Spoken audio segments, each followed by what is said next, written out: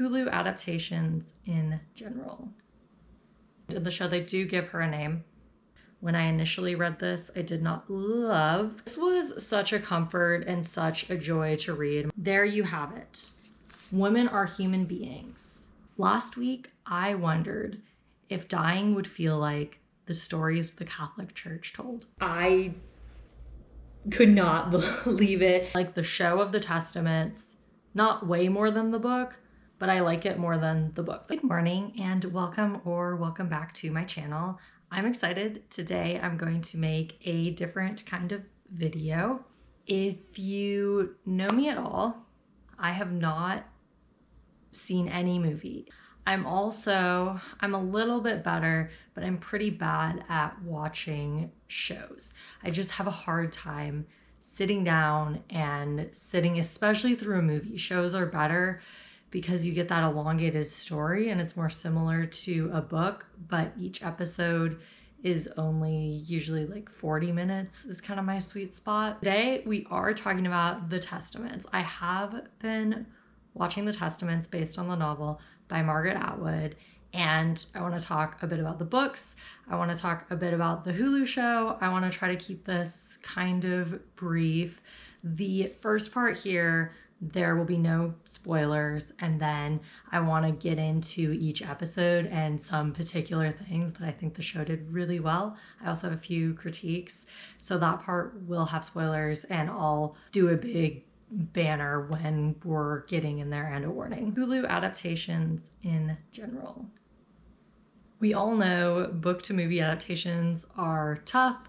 Turning to shows tough. It's hard to make everybody happy. What usually happens for me personally with Hulu adaptations is I will start a show and I will be loving it, and particularly loving it, and then they will just take it in a different direction, or I feel like miss the point of the book or ignore some of the parts that were my favorite.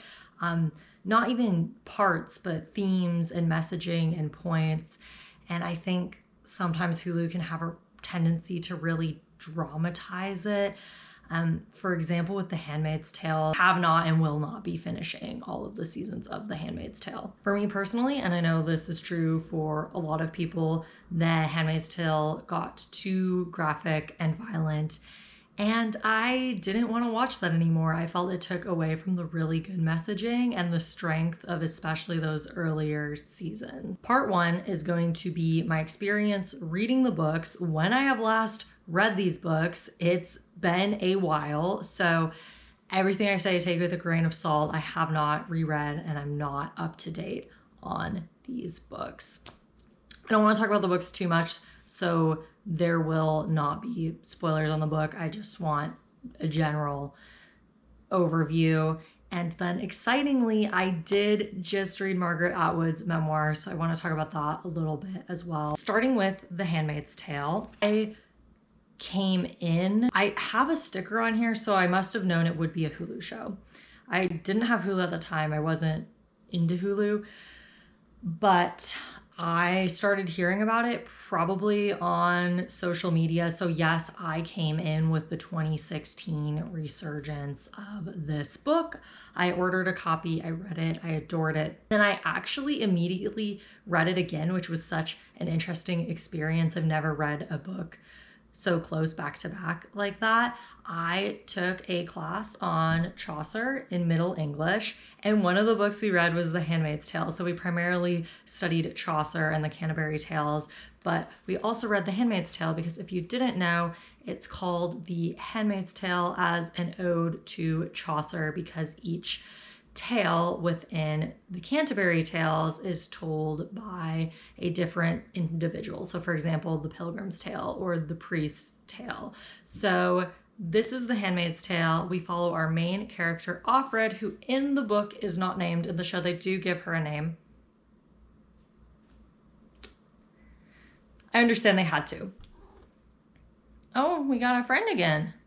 In case you were wondering, whenever he's here in videos, I never put him here. He just is attached at the hip and he comes and joins me of his own accord. And he seems quite happy. I like the generality of the title because the point is that this could stand for any handmaid. She's one of this number of group of people, and you see that it's this larger and this more poignant problem. Little brief backstory on The Handmaid's Tale if you've never heard of it. Like I said, we follow Offred. She is a handmaid. She lives in this new version of the United States called Gilead. In this United States, the timing of this novel is right after the overthrow and the establishment of this new regime. So the characters in this book are familiar with that old world, the old United States as we know it now, and we're learning about and establishing these rules of Gilead. In Gilead, people have different roles. There are the commanders. They are the men who run this country.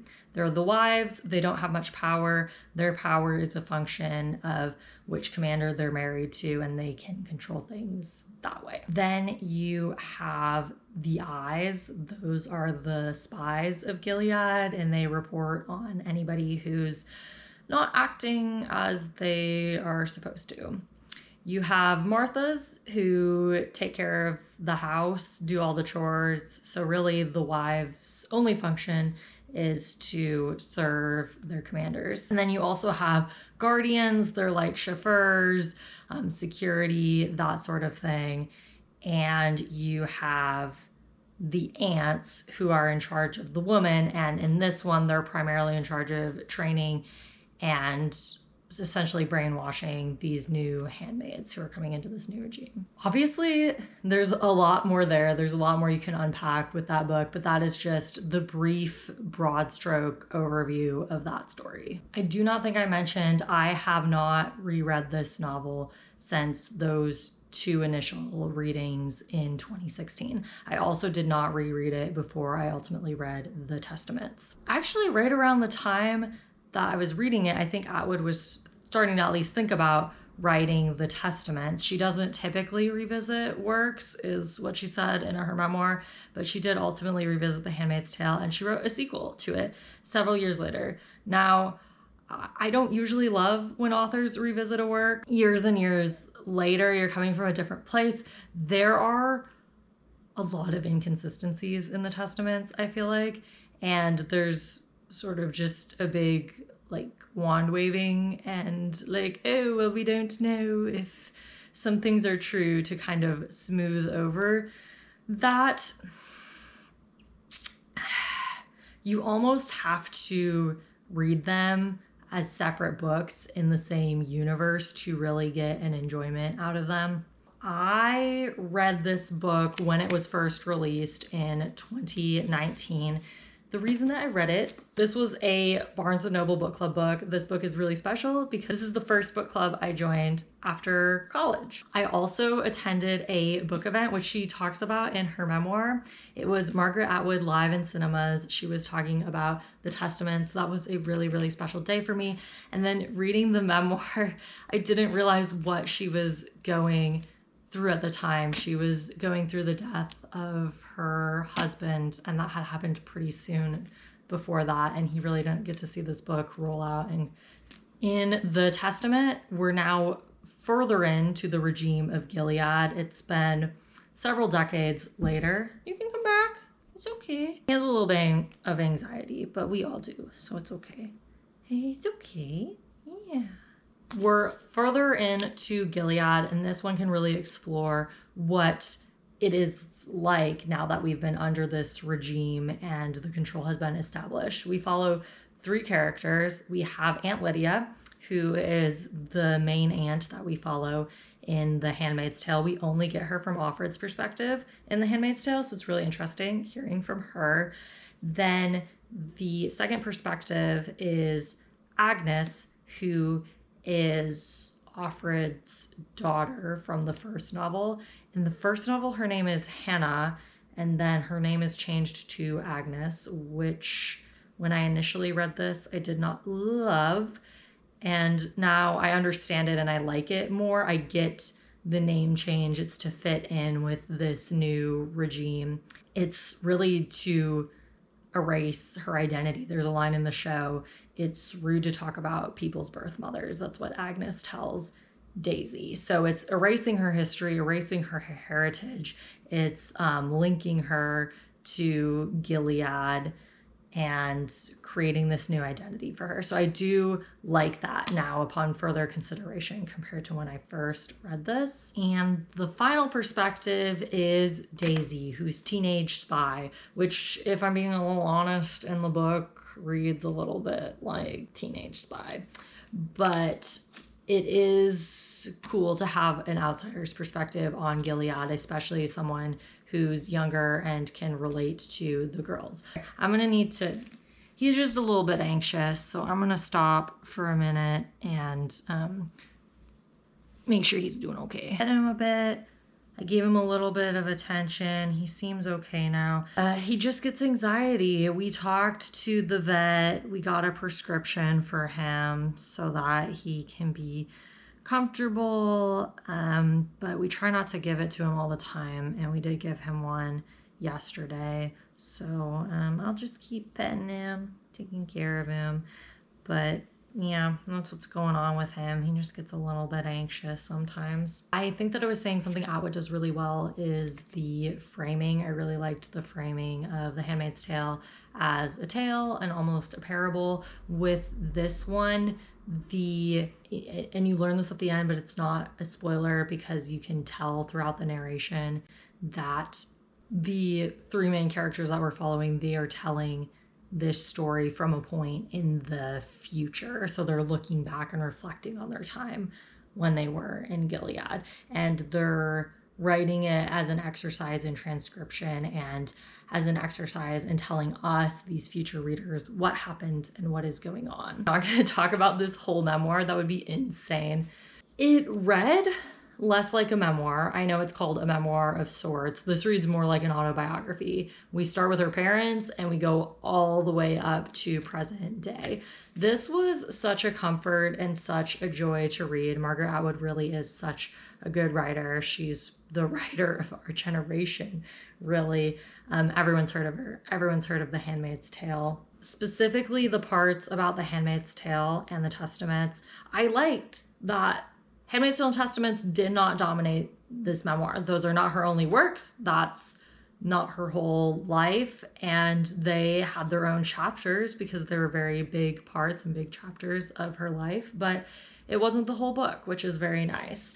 If you didn't know, Margaret Atwood wrote The Handmaid's Tale in 1984. She nods to that in the memoir because of George Orwell's 1984. She did not do that intentionally, and she couldn't help but note the irony on that. She wrote this while she was in Berlin, Germany, and the Berlin Wall was still standing. So she's in Germany and there's Soviet occupation, and she actually visited a lot of countries under Soviet control and saw that firsthand. So a lot of The Handmaid's Tale is based on that.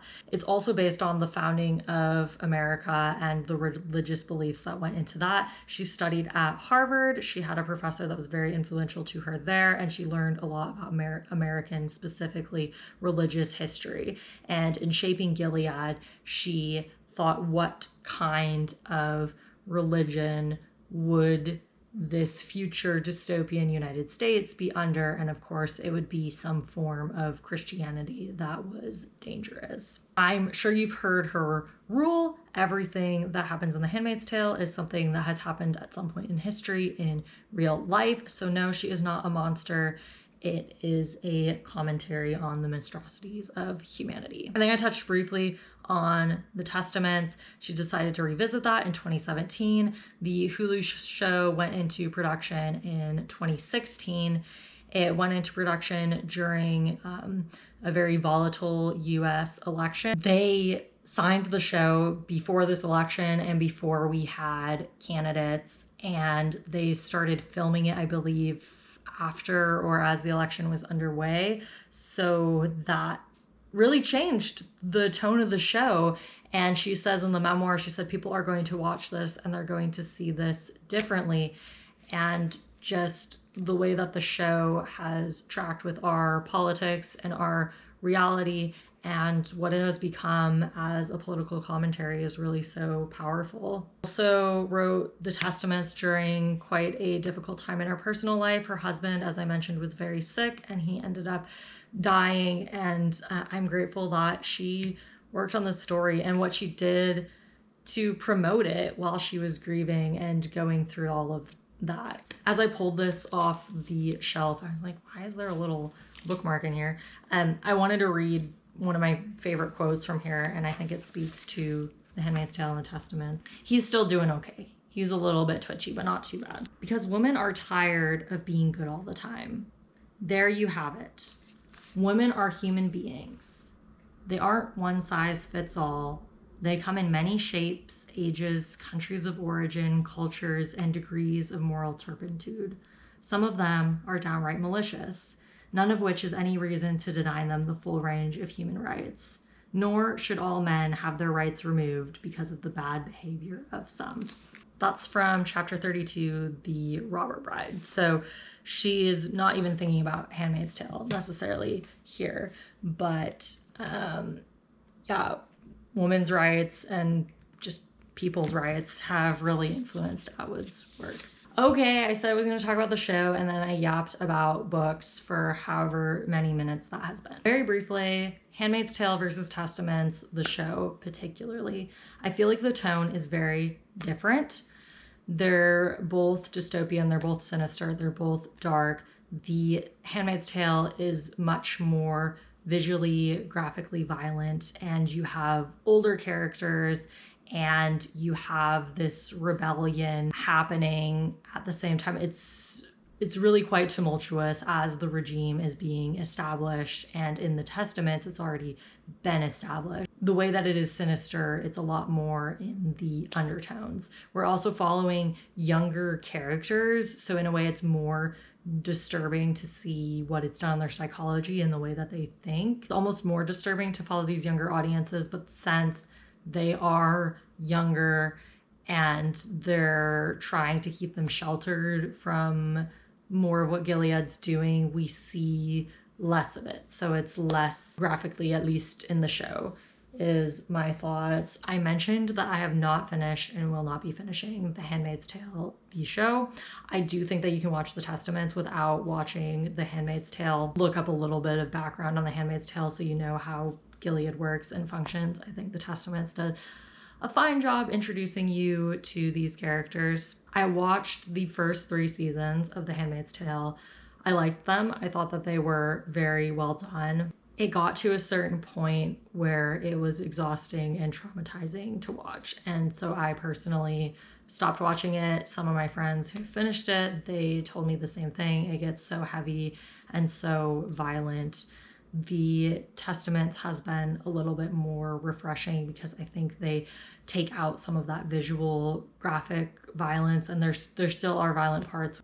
I think the focus returns back to more on a commentary and a critique and an exploration of what this society is doing to these young women. I definitely like the book The Handmaid's Tale way more than the show.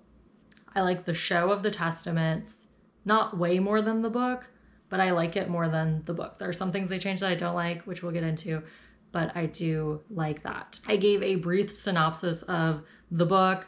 The show is following that same premise, essentially. One major change, this is a book spoiler, and it's been talked about everywhere.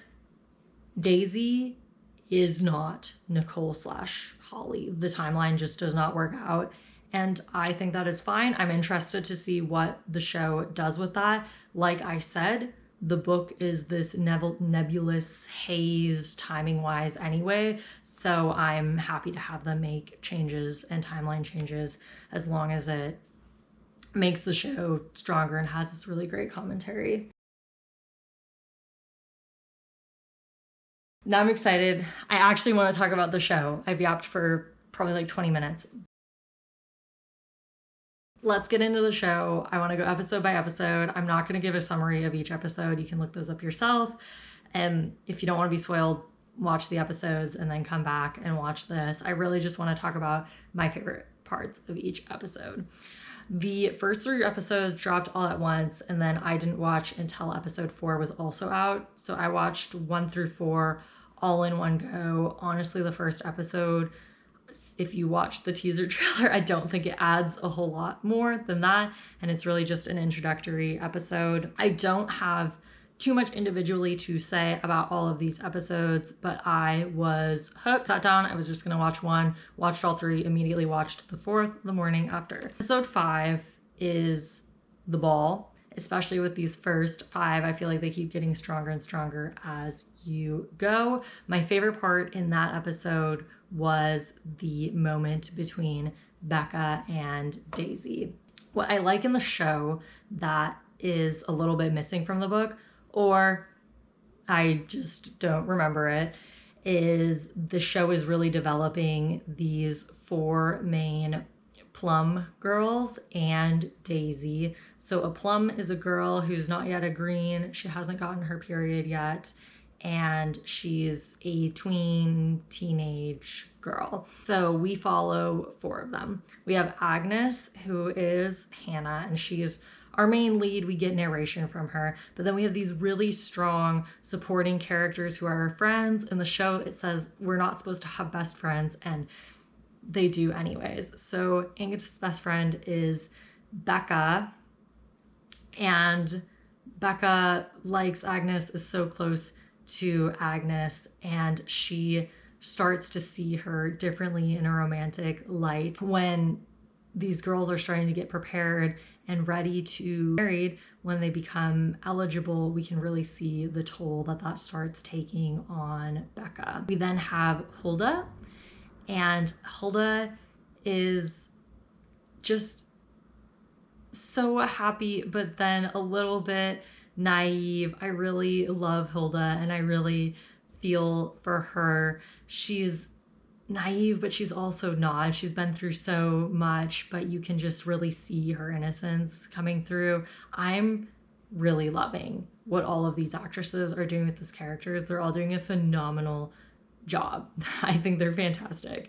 And then the 4th one we have is Shunammite, and I think that she's the one who's most ingrained and invested in this culture, and she wants power, and she understands that a way to do that, and the only way for her to do that, is to get married. And unfortunately, she's the only one who isn't eligible, and we really see her frustration as she watches her friends proceed to this new stage, and she's almost getting left behind. In this episode 5, we get a moment between Daisy and Becca.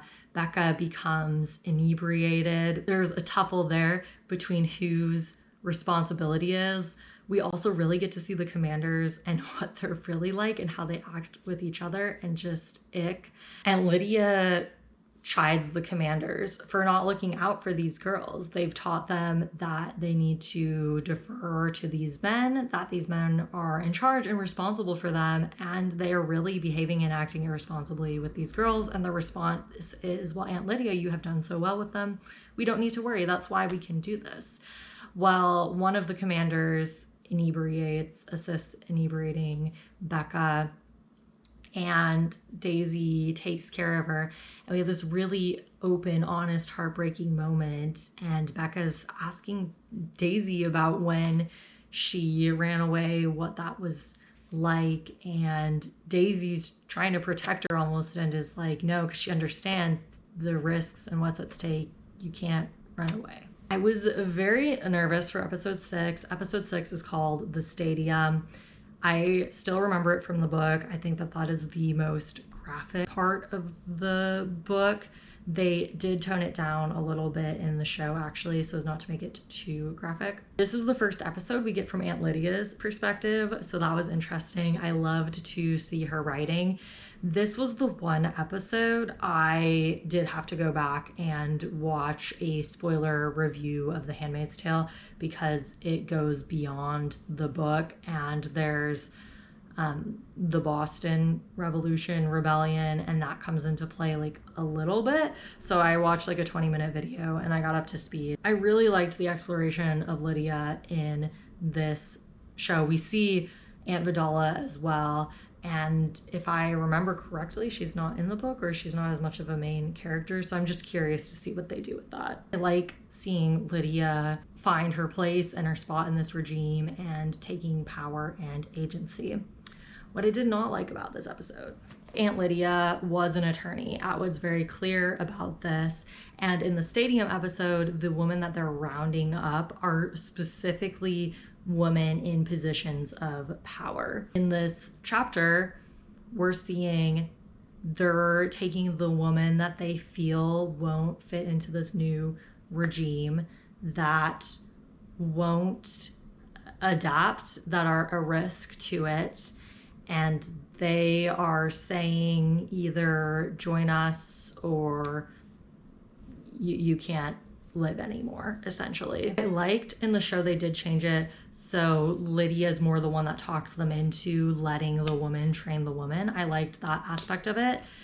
I did look up, so the show says that Aunt Lydia was a family law attorney, and then she leaves that practice and she becomes a teacher. I don't know why the show felt they needed to make this change. I think maybe it's to make it more believable that she would want to run a school for and teach these girls. I don't think that was necessary, and I think it undermines Atwood's point in the novel. The point being that women in power are a threat and the men see them as a threat, and they need to be taken care of and dealt with accordingly. Not that being a teacher isn't a powerful position, but the way that it was represented and the symbolism of that in the Testaments is more so that Aunt Lydia represents the old order. She represents the old rule of law. And in order for this new order to be established, the old order has to be done away with. And we see that as well in The Handmaid's Tale. There's a line, it's very powerful, and it says, "We didn't question when they overruled the Constitution or they put the Constitution on pause." And a huge major theme throughout The Handmaid's Tale is the people in power keep doing these things that are questionable under the law and maybe outside of and against this. Then in the Testaments, you really see, no, that old order is completely deading. I think episode 7 is my favorite. We get Daisy backstory and joining the Pearl Girls. I don't have too much else to say about it, honestly. I just found it very enjoyable to watch, if enjoyable is the right word. I really, really appreciate Daisy's perspective, and I appreciate how they've changed it in the show. It is nice to have an outsider's perspective looking in on this world. Episode 8 I didn't like. It was shorter, and then it ended on a major cliffhanger, and I was just kind of annoyed, but no real complaints. It was there. It existed. I think maybe the season didn't need to be 10 episodes. I think it could have been condensed into 9 or maybe 8, and they just kind of had to fill it out a little bit. Episode 9, there's a particular scene that I love. It's terrible, but the way they did it was so good. Critiquing this episode, I love that Daisy is protecting the girls, but I don't like that she lied about the assault. I feel like it undermines the very real trauma that these girls experienced. And I mean, I'm glad she's speaking out. I hope that we get more on this and the reasoning and why. Daisy finds out that her dad has been hurting and harming her friend. She decides to take matters into her own hands. This episode is narrated from Daisy's point of view, at least initially, and she talks about Gilead's form of punishment as the biblical quote, an eye for an eye. And Daisy says, that's kind of appealing to me right now. I'm pretty mad. And we kind of really see Becca take that into her own hand. It's dark, it's night, Becca's at her house, she's in her nightgown, and she has her pruning shears, and she's pruning flowers, presumably for her wedding. I looked up this song. Okay, the song is Coming Back to Me by Leif Ross. If you listen to the whole song, it's actually even more devastating, if you can believe that. Last week, I wondered if dying would feel like the stories the Catholic Church told. Sung that line and I was locked in. I tell you what, really thought that Daisy was gonna harm herself. That is not what happened, but that was my worry there. That line comes on, the music's playing in the background, and we watch Daisy take her pruning shears, and then the way that they zoom in on her feet, she takes off the slippers and she's going up the stairs and this music's still playing, and she gets to her dad in the bath, and she ultimately unalives him. She decides to take her own revenge and stop him from hurting her friends anymore. If you go and you listen, I don't remember how much of this song is in the full episode, and some of it isn't applicable because it talks about going to college, which wouldn't be applicable for Gilead. But the entire song is, I used to wake up feeling like the whole world was made for me. The song is about having your entire worldview and stance shaken. It talks about, I used to not be able to sleep because I was so excited to wake up. The song is really about depression. It's about waking up and feeling like you have this whole world at your fingertips, and then to have all of your beliefs pulled out from under you overnight, and the world you have, the worldview, to be shattered and everything to be changed in an instant. So yes, that line and that scene, it's particularly, it ties into the religion of Gilead. It ties into Daisy's comment on an eye for an eye, but the song is also further and more about this change that we see as these episodes have gone through.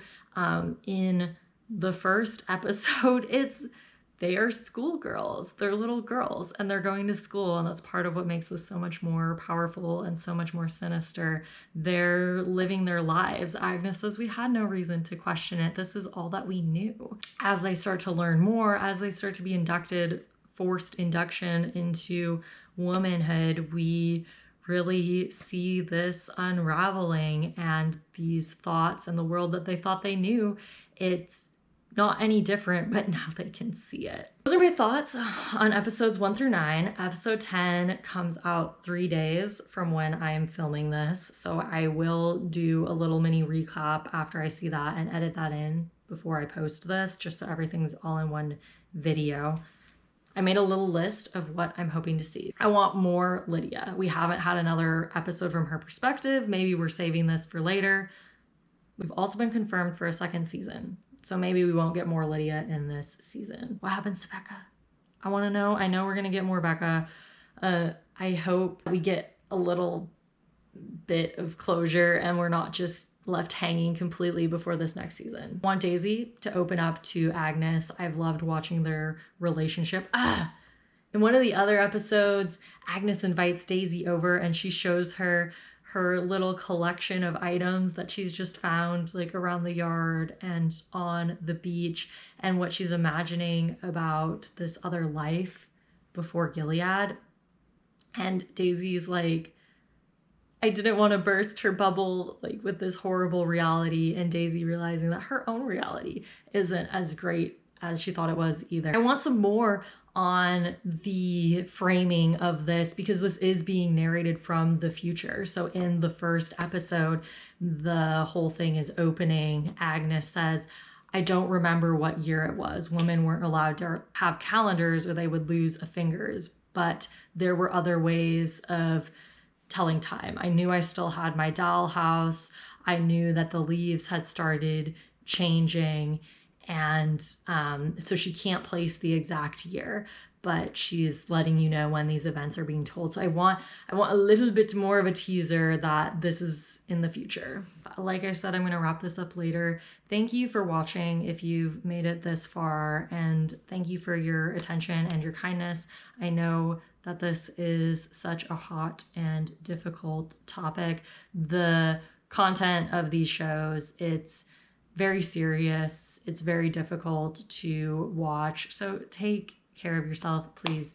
And don't watch The Handmaid's Tale or The Testaments if it's not going to help you process and think and analyze, because you don't need to watch something that's just going to really, really take this toll on you and be really heavy. So please take care of yourself. I'm sure that you can tell I'm headed off to work. I did not get a chance to wrap up my thoughts last night, so here I am this morning. I was very satisfied with that ending. There's enough intrigue to go into the second season, but I feel closure with this season, and like there wasn't a huge cliffhanger. When I say the Margaret Atwood cameo in the beginning was everything, honestly, it kind of threw me off the whole rest of the show. My cat was watching with me and she was like, what is going on? I could not believe it, and I had to rewind and watch it again. If you haven't seen the finale yet, Margaret Atwood has a short cameo in the second or third scene. That was very exciting. My friend hasn't watched yet, but I was texting my husband, you won't believe it. The way that the girls gaslit the aunts into doing something about Becca. Also, I've edited the rest of this now, and I realized that I kept saying Daisy instead of Becca. I was thinking about the Daisy quote earlier in that episode. I think I caught it all, but yes, I meant Becca. The way the other girls gaslit the aunts into helping Becca, the way they really all came together to help her, that was huge. The way with that storyline and the mother taking the fall, Daisy's comment to Aunt Lydia, and Aunt Lydia's comment to the mom and Becca, that was done so beautifully, so devastatingly sad, but perfect in every way. I really loved the taking back the agency of religion, because in Gilead, religion is used as this controlling force, this controlling factor, and a lot of times it has really negative connotations, and it's being used to justify these very evil actions. And in this one, you really see the girls talk about justice and use it through the religious lens as they've learned, and throw it back at the aunts a little bit. But then also we do get a June appearance. As not a longtime watcher of The Handmaid's Tale, I'm less like, there's June, but I love that actress. I think that she does a great job, and I loved to see her in this one. I liked that she sends Daisy off and she says, God bless, God be with you, and just retaking that agency, even after all that she went through with Gilead, and sort of maybe making peace, or if not peace, reclaiming it and making it her own.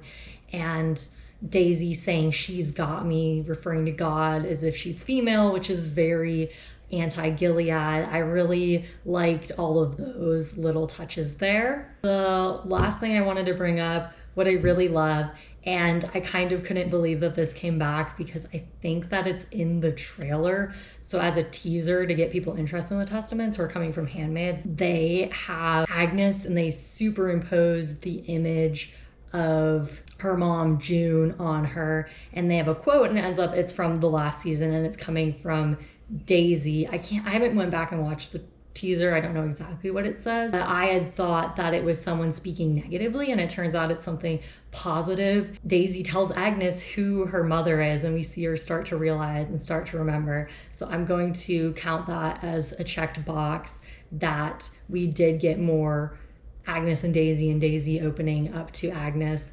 But as soon as Daisy tells Agnes that, Agnes goes, the terrorist?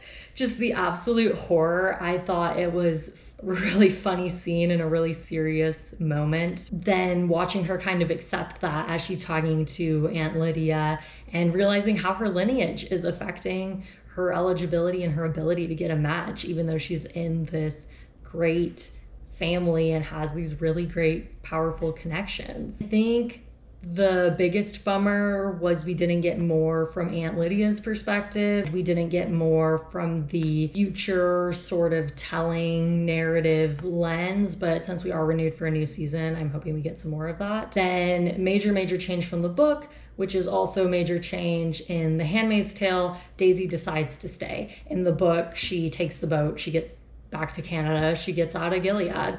And obviously, to keep the show running, they keep June, they keep Daisy in Gilead. Again, thank you so much for watching. Have a great rest of your day, and I will see you in the next one.